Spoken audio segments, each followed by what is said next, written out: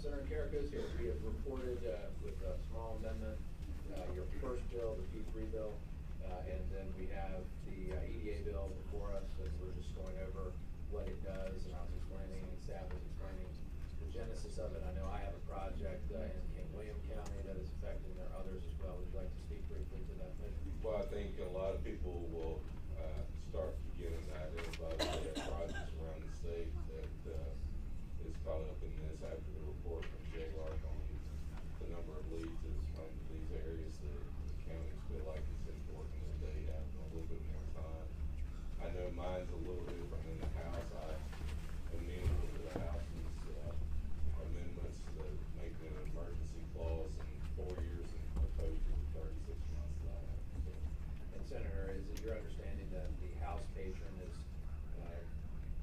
agreed to your version of this bill that you have before us? Is that the intended path, that his bill would be conformed to your version going forward? Well, I'd rather mine be conformed to his version. Okay, well, we'll do that still. All right. And then I'll try to convince my side to stick with his.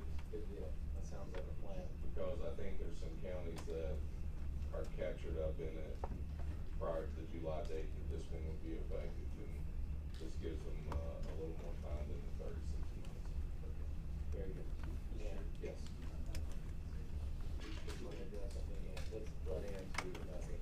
Mr. Chairman, there was a clause in Senator Carrigan's bill that if it is the will of the body to stick to the House version, but add the language that had been put at the end relating to, provided that it meets all the other requirements of the Economic Development Access Program. Yeah, I think everybody's satisfied. A combined bill that will do that. Are you comfortable with the path we're headed down? Is there a motion on the bill? Mr. Chairman, I would move that we conform Senate Bill 1591 to House Bill 1973 with the addition of the clause that the staff has mentioned. Any discussion on the motion? Hearing none, all those in favor indicate by saying aye. Aye. All opposed? Thank you very much. Mr. Chairman, I would move the bill, Senate Bill 1591 as currently substituted and it be reported. Okay, we have a motion to recommend reporting Senate Bill 1591 as amended. Is there a second? All in favor indicate by saying aye. Aye. All opposed? Thank you very much. Thank you, Mr. Chairman. Senator Lucas is not here, and Senator Spruill may not be coming. I know saw his aide earlier. If committee would turn their attention to Senate Bill 1415, we had a similar measure with, from Delegate Lindsay late in the first half session prior to crossover, dealing with the Port Authority and the governor's powers regarding members thereof, whether they serve at will or whether they are serving or may be removed for cause. I think it's usually our position that we would adopt the House position on these matters that are similar in nature. If there's a motion that we would conform Senate Bill 1415 to House Bill 2367. Probably second, all in favor indicate by saying aye. Aye. All opposed? Is there a recommendation, a motion to recommend Senate Bill 1415 as amended? Move the report as amended. Discussion on the motion. Yes, ma'am. Senator Lucas is on the way over. Yeah, we haven't gotten to her yet, but we'll wait. Thank you. Thank you very much. No discussion on the motion to recommend reporting Senate Bill 1415 as amended. All those in favor of so doing indicate by saying aye. Aye. All opposed? Thank you very much. And so we'll just stand briefly as we wait for Senator Lucas, which will be our final bill of our docket for the full committee. Yeah, use a brief moment.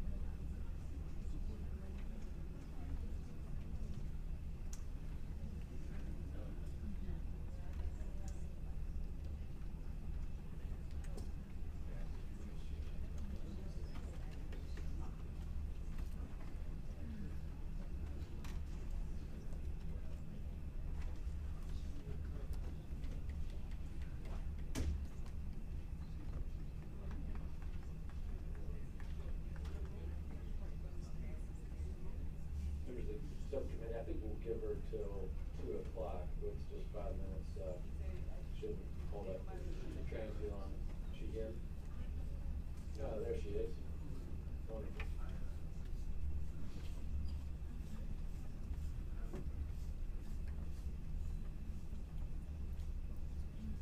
Senator Lucas, we are eagerly waiting for your presentation, and we appreciate you coming over. Take a minute,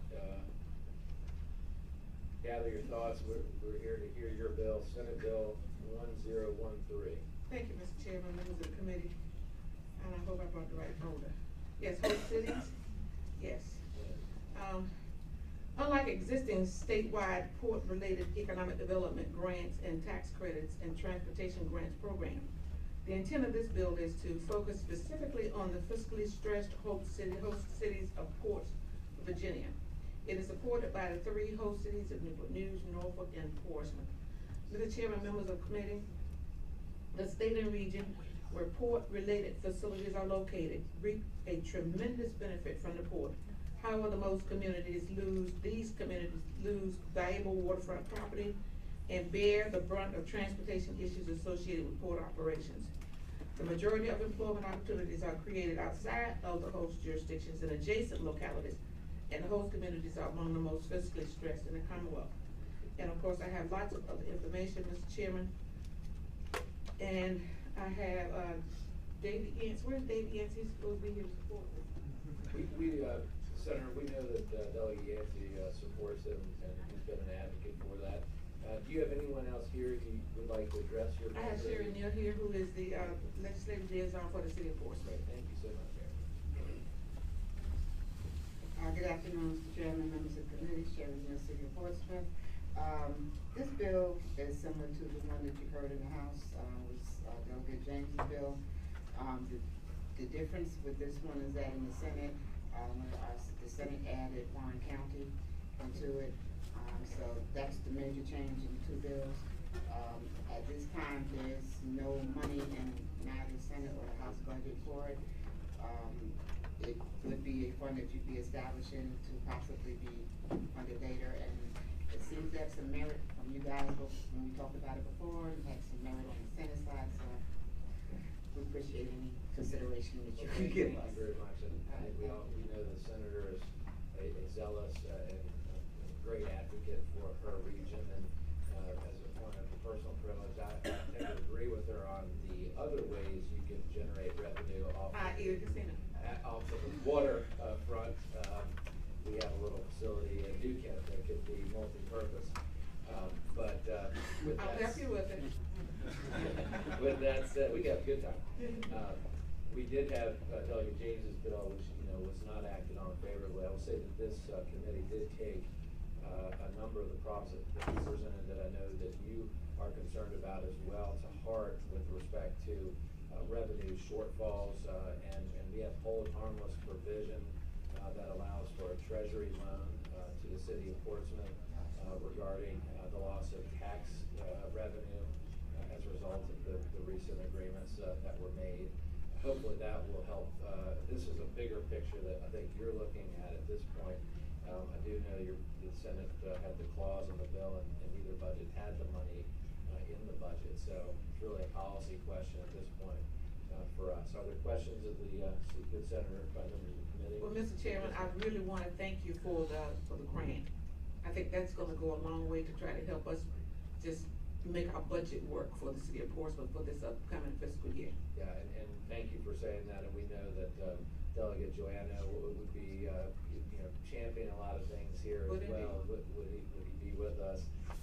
And there's a lot of policy considerations that we probably need to look at going in the future regarding that area, and really the city of Richmond with the government presence that we have here. So are there questions of the senator from members of the subcommittee?